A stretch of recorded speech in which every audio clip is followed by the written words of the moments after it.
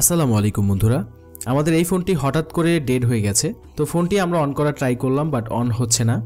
তো এই ধরনের ডেড ফোনগুলো কিভাবে আপনি স্টেপ বাই স্টেপ রিপেয়ার করবেন সেটা আমি আজকের এই ভিডিওতে দেখাবো। এখন আমরা ব্যাকপার্টটা খুলে নেই এবং কিভাবে আপনি স্টেপ বাই স্টেপ কাজ করবেন একবারে ধাপে ধাপে সেই বিষয়গুলো আমি আপনাদেরকে দেখাবো। তো যেহেতু আমাদের কাছে পাওয়ার সাপ্লাই আছে, তো আমি সর্বপ্রথম পাওয়ার সাপ্লাই দিয়ে ফোনটার রিডিং মেপে নিব এবং রিডিং মাপার পর আমাদের নির্ণয় করতে হবে যে কোন জায়গা থেকে সমস্যা এবং কিভাবে আমরা সলিউশন করব স্টেপ বাই স্টেপ। তো এখানে পাওয়ার সাপ্লাই কানেকশন দেওয়ার পর আমরা পাওয়ার প্রেস করছি।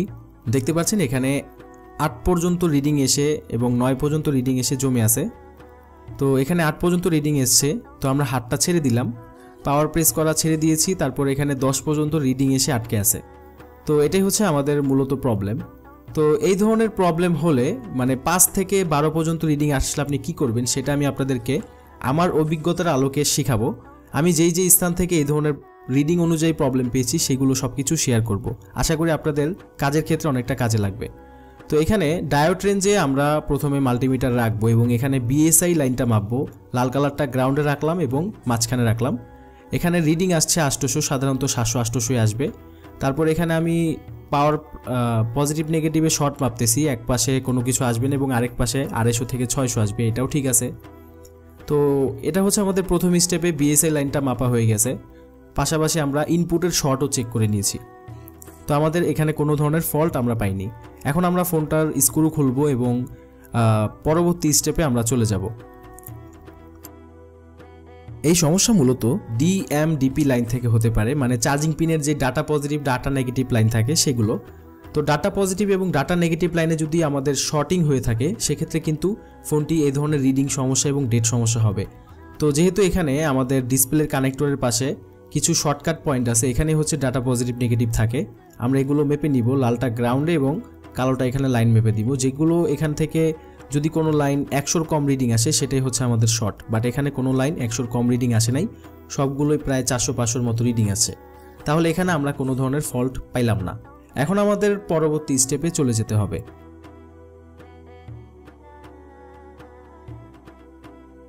আমাদের এখানে পরবর্তী স্টেপ হচ্ছে আই থেরাপির মাধ্যমে, মানে আপনার চোখ দিয়ে ভালোভাবে দেখবেন যে কোথাও কোনো ফল্ট আপনি আপনার চোখে পড়ে কিনা। এমনও হতে পারে ফোনের একটা যে কোনো জায়গায় রেজিস্টার মিসিং আছে, তো সেই রেজিস্টারটা কিন্তু আপনি লাগিয়ে দিতে পারেন অথবা জাম্পার করে দিতে পারেন যদি সিরিজ লাইন হয়, বা অনেক সময় জাম্পার করলেও হয় না। তো যাই হোক, আমি এখানে কোনো ধরনের ফল্ট দেখতে পারতেছি না। অনেক ক্ষেত্রে অনেক ফোন পেয়েছিলাম যেগুলো কয়েকটা রেজিস্টার মিসিং আছে, যার কারণে এই ধরনের সমস্যা হয়েছিল। তো এখন আমরা আই থেরাপির মাধ্যমে ভালোভাবে দেখার পর পরবর্তী স্টেপে চলে যাব। পরবর্তী স্টেপটা হচ্ছে ফোনটি ফ্ল্যাশ করা, বাট আমি জানি এই ফোন ফ্ল্যাশ করে কোনো লাভ নেই, কারণ এর আগেও আমি এই ধরনের ফোন কাজ করেছিলাম। তো যার কারণে ফ্ল্যাশের যেই অপশনটা, যেই স্টেপটা, সেটা আমরা এড়িয়ে ফ্ল্যাশের পরের যে স্টেপ সেটা হচ্ছে ইএমএমসি চেক করা। আমরা ইএমএমসি চেক করার জন্য ফোনটির ইএমএমসির উপরে যে টিনটা রয়েছে সেই টিনটা খোলা ট্রাই করব। মনোযোগ দিয়ে দেখুন, এখন আমরা টিন খোলার কিছু টিপস আপনাদেরকে শেয়ার করব। এখানে টিনের চারপাশে আমি একটু একটু করে রাং খাইয়ে নিচ্ছি যেন আমি স্মুথলিভাবে টিনটা খুলতে পারি, এবং এটাই হচ্ছে সবচাইতে বেস্ট মেথড যে কোনো ফোনের টিন খোলার জন্য। এখানে আমি এখন হটগান দিয়ে হিট করব। হটগানের বাতাস থাকতে হবে প্রায়, যেহেতু আমার হটগানের বাতাস খুবই বেশি, যার কারণে আমি 6 বা 7 দিলে হয়ে যাবে, মানে একেবারে ফুল বাতাসের থেকে একটু কমিয়ে দিয়েছি। বাট আপনার হটগানে যদি হাওয়া কমে থাকে, মানে কম দামি হটগান হয়ে থাকে যদি, তাহলে আপনারা ফুল হাওয়া দিয়ে টিনটা খুলতে পারেন। এবং হিট রেখেছি এখানে 350 অথবা 360 রাখতে পারেন। এখানে রাঙের মাধ্যমে টিনের চারপাশে হিট হবে এবং হিটটাকে ব্যাকআপ রাখবে। তো আমরা এখান থেকে টুইজার দিয়ে এক পাশ দিয়ে আমরা ফেভার করব, মানে চারি দিব। তো এভাবে আস্তে আস্তে খুলতে হবে, বেশি জোর খাটানো যাবে না, এখানে একটু প্রেশার দেওয়া যাবে না, হালকা প্রেশারে আপনাকে খুলতে হবে। এখন আমরা ইএমএমসিটা তুলব। ইএমএমসি তোলার জন্য এখানে পেস্ট এবং হিট দিয়ে আমরা ইএমএমসিটা তুলব। যদি আপনি পেস্ট ছাড়া তুলতে যান যে কোনো আইসি, সেক্ষেত্রে কিন্তু বল মিসিং হওয়ার সম্ভাবনা থাকে। তো এই জন্য ভালো মানের পেস্ট ইউজ করবেন আইসির কাজের জন্য। আমি ইতিমধ্যে যেই পেস্টটা ইউজ করেছি সেটার প্রাইস মার্কেটে প্রায় 550 থেকে 600 টাকার মতো।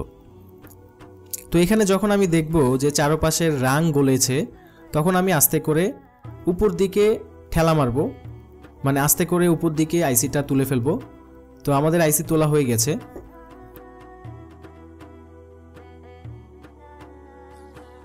তো তারপর এখানে আমি সমান করে নিচ্ছি, সমান করতে হবে আমাদের, কারণ যে কোনো জিনিসের একটা সৌন্দর্য আছে। আর আপনি যদি সমান না করেন, সঠিকভাবে সমান না করতে পারলে আইসি লাগানোর পরেও কিন্তু কোনো লাভ হবে না, একটু 19-20 হলেই কিন্তু সমস্যা হয়ে যাবে।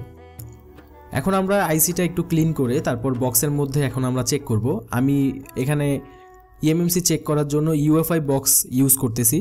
আপনার যদি ইউএফআই বক্স নাও থাকে তবু আপনি কাজ শিখে রাখেন, কারণ যখন আপনি ইউএফআই বক্স কিনবেন তখন কিন্তু আপনার কাজটা অলরেডি জানা থাকতে হবে।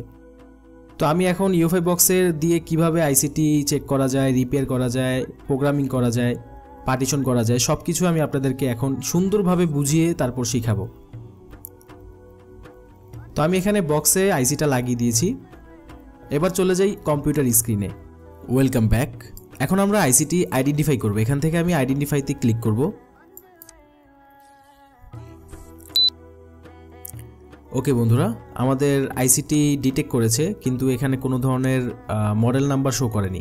প্রত্যেকটা আইসি যদি অবশ্যই ভিতরে ফ্ল্যাশ ফাইল ভালো থেকে থাকে সেক্ষেত্রে কিন্তু এখানে মডেল নাম্বার শো করবে, বাট এখানে শো করে না। আমরা আবারও আইডেন্টিফাই করে দেখি শো করে কিনা, কারণ অনেক সময় এক চান্সে শো নাও করতে পারে, দুইবার টেস্ট করতে হয়।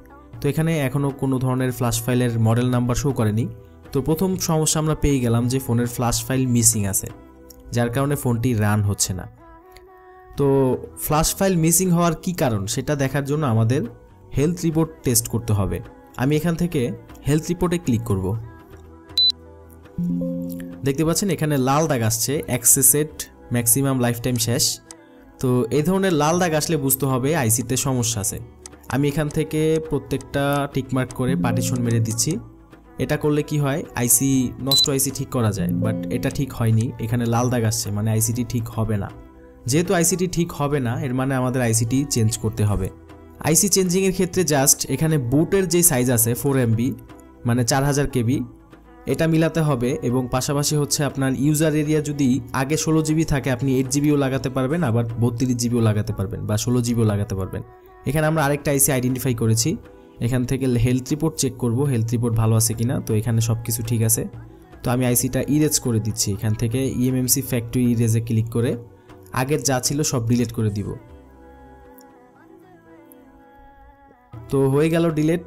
তারপর হচ্ছে এখান থেকে আরেকটা ডিলিট করার অপশন আছে, এটাও ইউজ করতে হবে। এখান থেকে আপনি ইরেজে ক্লিক করে ইয়েস করে দিবেন, মানে দুইটাই প্রয়োজন, ঠিক আছে, দুইটা করতে হবে। একটা দিয়ে ফ্যাক্টরি রিসেট হয়, আরেকটা দিয়ে হচ্ছে ইরেজ হয়। তো এখানকার পার্টিশনগুলো আমি সব কিছু মুছে দিচ্ছি। মুছে দেওয়ার পর এখান থেকে আমাদের ফ্যাক্টরি ইমেজে ক্লিক করতে হবে, তারপর এখান থেকে স্পিড ট্রামে ক্লিক করতে হবে। ওকে, এখন আমাদের এই ফোনটি প্রোগ্রামিং করার জন্য একটি ফাইল তৈরি করতে হবে। ফাইল তৈরি করার জন্য আমরা নেট থেকে ফ্ল্যাশ ফাইল ডাউনলোড করব প্রথমে। তো যেহেতু আমাদের ফোনের মডেল নাম্বার হচ্ছে আইটেল A55 লাইট, তো আমি আইটেল A55 লাইট লিখে সার্চ করলাম, ফ্ল্যাশ ফাইল লিখে। তারপর আমরা যে কোনো একটা ওয়েবসাইটে যাব, যাওয়ার পর আমরা এখন ফ্ল্যাশ ফাইল ডাউনলোড করব। তো আমরা এখান থেকে ডাউনলোডের অপশনটা খুঁজি, এখানে গেট লিঙ্কে ক্লিক করতে হবে। তো আমরা একটা লিঙ্ক পেয়ে গেলাম, ক্লিক করার পর এখান থেকে আমরা ডাউনলোডে ক্লিক করলাম। ওকে, তারপর আমরা এখান থেকে স্টার্ট ডাউনলোডিংয়ে ক্লিক করে ফাইলটা ডাউনলোড করছি। ফাইলটি ডাউনলোড হওয়া পর্যন্ত আমাদের অপেক্ষা করতে হবে। তো ডাউনলোড হয়ে যাওয়ার পর তারপর এখান থেকে আপনি ফাইলটি ওপেন করবেন।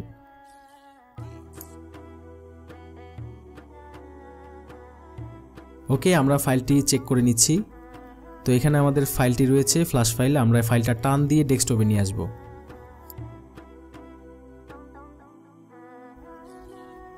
ওকে বন্ধুরা, ফাইল এক্সট্র্যাক্টিং হয়ে গেছে। এখন আমরা যে কোনো একটি ফ্ল্যাশ টুল ওপেন করব। আমরা জানি স্পিডট্রাম ফোন ফ্ল্যাশ করার জন্য এসপিডি ফ্যাক্টরি টুল, এসপিডি আপগ্রেড টুল বা রিসার্চ টুল, ফ্রি টুলগুলো আমরা ইউজ করতে পারি। যে কোনো একটা টুল আমি এখান থেকে ওপেন করব। তো আমার ডেস্কটপের মধ্যে অলরেডি আপগ্রেড টুল দেওয়া আছে, আমি ওপেন করলাম। এখান থেকে ওপেনে ক্লিক করে আমি ফাইলটি সিলেক্ট করে দিব। যেহেতু যেই ফাইলটি আমরা এক্সট্র্যাক্ট করে রেখেছিলাম ডাউনলোড করা ফাইলটি, সেটা আমি এখন এখান থেকে ওপেন করে দিব। ওকে, ফাইলটি ওপেন হয়ে গেছে। এখন আমরা দ্বিতীয় অপশনে ক্লিক করব। তো ক্লিক করার পর এখন আমাদের এখানে দেখতে পাচ্ছেন সি লেখা আছে, আমরা সিতে গেলাম। তারপর এখানে বেস্ট টুল লেখা আছে, আমরা বেস্ট টুলে গেলাম। তারপর এখানে যেটা লেখা রয়েছে সেই লোকেশন অনুযায়ী আমরা ক্লিক করব B21-এ। তারপর হচ্ছে এখান থেকে এসপিডি আপগ্রেড টুলে ওপেন করতে হবে। তারপর এখানে লেখা রয়েছে হচ্ছে, একটু টান দিয়ে আমরা বড় করে দেখি, ইমেজ ফাইল। আমরা এখান থেকে ইমেজ ফাইলে ক্লিক করার পরে এখানে দেখতে পাচ্ছেন ডাউনলোড ফাইলস লেখা রয়েছে, আমরা সেই অনুযায়ী এখান থেকে ওপেন করব। ওকে, এখানে এগুলো হচ্ছে আমাদের এক্সট্র্যাক্ট করা ফাইল, মানে এসপিডি টুলের মধ্যে এক্সট্র্যাক্ট করলে এরকম ফাইল এক জায়গায় জমা হয়। এখান থেকে আমরা শর্ট বাই টাইপে ক্লিক করব এবং একেবারে নিচের যে ফাইলটি আছে সেটা আমাদের এখন প্রয়োজন হবে। আমরা এখান থেকে ইউএফআই বক্সে আসলাম, এবার আবারও আইডেন্টিফাই করি আমরা আইসিটি। ওকে, তারপর এখান থেকে আমরা প্রোগ্রামিং করার জন্য ফ্যাক্টরি ইমেজে ক্লিক করব, তারপর এখান থেকে স্পিড ট্রাম সিলেক্ট করতে হবে। স্পিড ট্রাম সিলেক্ট করার পর আপনি একেবারে নিচের যে ফাইলটি আছে সেটা এখানে ড্র্যাগ করে দিবেন। ড্র্যাগ করার পর পার্টিশন সবগুলো টিক করতে হবে, রিপার্টিশন থাকবে এবং রাইটে ক্লিক করতে হবে। তো এখানে রাইটে ক্লিক করার পর আমাদের ফোনটি প্রোগ্রামিং হবে এবং প্রোগ্রামিং হওয়ার জন্য যত ফাইল লাগে, যা কিছু লাগে সেটা অটোমেটিক্যালি এখানে সব কিছু রাইট হয়ে যাবে। তো প্রোগ্রামিং হওয়া পর্যন্ত আমরা অপেক্ষা করি, তারপর আমরা পরবর্তী স্টেপে যাব। ওকে, আমাদের ফাইল রাইট করা শেষ। এখন আমরা এখান থেকে আইডেন্টিফাই করব। ওকে, আমরা আইডেন্টিফাইতে ক্লিক করলাম। তো এখানে আমাদের দেখতে পাচ্ছেন মডেল নাম্বার কিন্তু শো হয়েছে। আমাদের ফোনের যেই মডেলটি ছিল কাঙ্ক্ষিত সেই মডেলটি এখানে শো করেছে। তো আমাদের আইসি চেঞ্জিং করা হয়ে গেছে এবং প্রোগ্রামিং করা হয়ে গেছে। এখন আমরা আইসিটি ফোনের মধ্যে লাগাবো। যেহেতু আমাদের আইসির বলগুলো ঠিক ছিল না, যার কারণে এখানে আমরা এখন রিভোলিং করব। তো আইসির প্লেটটি এখানে আইসি প্লেটের উপর আমি পেস্ট দিয়ে দিলাম। পেস্ট দেওয়ার পর এখানে আমি সমান করে দিচ্ছি।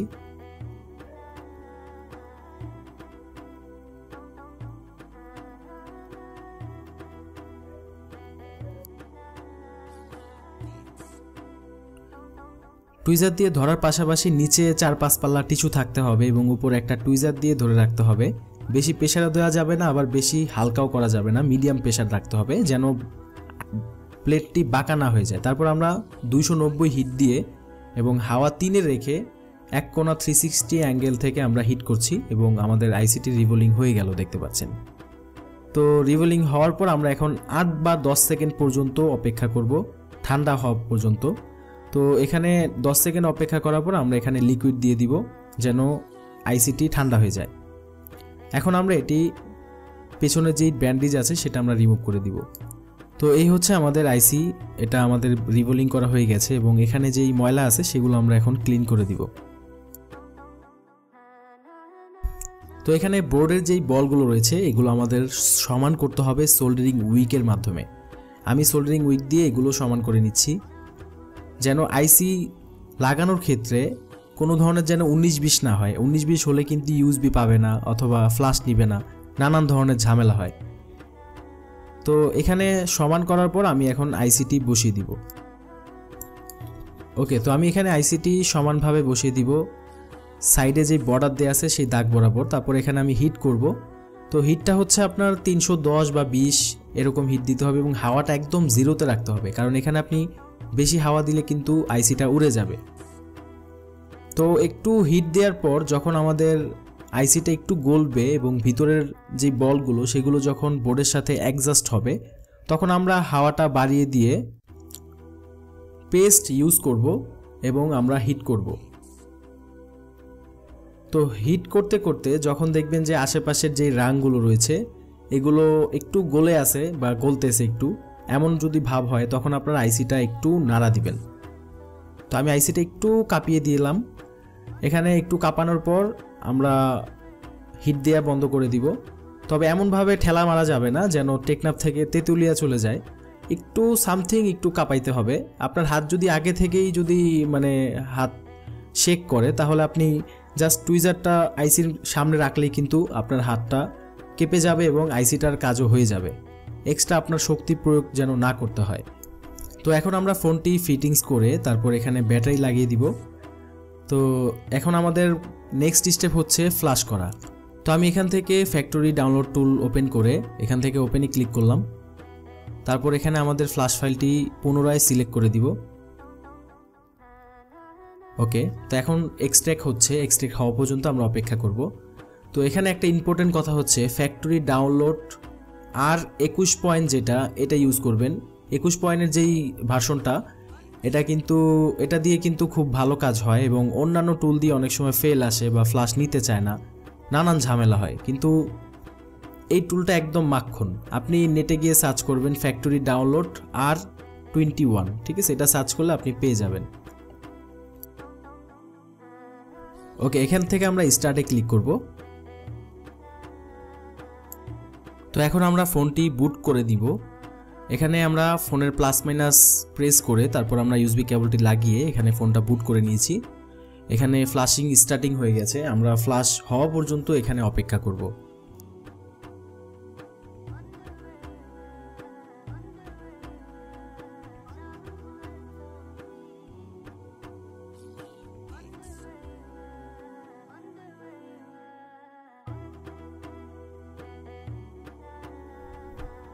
আলহামদুলিল্লাহ আমাদের ফোনটি ফ্ল্যাশ হয়ে গেছে। এখন আমরা ফোনটি দেখতে পাচ্ছেন এখানে অটোমেটিক্যালি অন হয়ে গেছে, চার্জিং লগও শো করতেছে, বাট আগে শো করেনি। তো আমরা ফোনটি এখন অন করছি পাওয়ার প্রেস করে।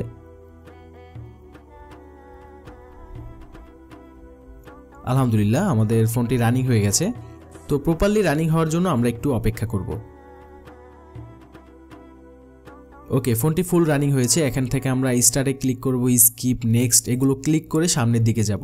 এখানে একটা কথা বলে রাখি যে এরকম অপশন মানে স্কিপ নেক্সটে ক্লিক করার ক্ষেত্রে হঠাৎ করে ধাপ করে দেখবেন অনেক ফোন ডেডবুট রিপেয়ার করার পর বন্ধ হয়ে যায়। যদি এই ধরনের সমস্যা আসে তাহলে বুঝবেন যে আপনি যেই ইএমএমসিটি চেঞ্জ করেছেন সেটার ভার্সনের সাথে ফোনের সাথে ম্যাচিং হয়নি। সেক্ষেত্রে আপনাকে যদি দেখেন যে এরকম নেক্সটে ক্লিক করতে করতে ধাপ করে বন্ধ হয়ে গেছে, তখন আপনাকে ফোনটি পুনরায় ফ্ল্যাশ করতে হবে এবং ফ্ল্যাশ করার পর যদি না হয় ব্যাটারি চেঞ্জ করে দেখতে হবে। তারপরেও যদি না হয় সেক্ষেত্রে আপনি পুনরায় আইসিটি চেঞ্জ করবেন অন্য আরেকটি আইসি দিয়ে প্রোগ্রামিং করে। তো এখানে আমরা দেখি ওই ধরনের কোনো কন্ডিশন পাওয়া যায় কিনা যে নেক্সটে ক্লিক করতে করতে ধাপ করে বন্ধ হয়ে যায়। আমাদের ওই ধরনের কোনো সিচুয়েশন হয়নি। তো এভাবে আপনারা একটা dead phone step by step এভাবে কাজ করবেন। পাশাপাশি দেখিয়ে দিলাম স্পিড রাম সিপিইউ যুক্ত যে কোনো ফোন কিভাবে ইএমএমসি চেঞ্জ করতে হয়। আসসালামু আলাইকুম।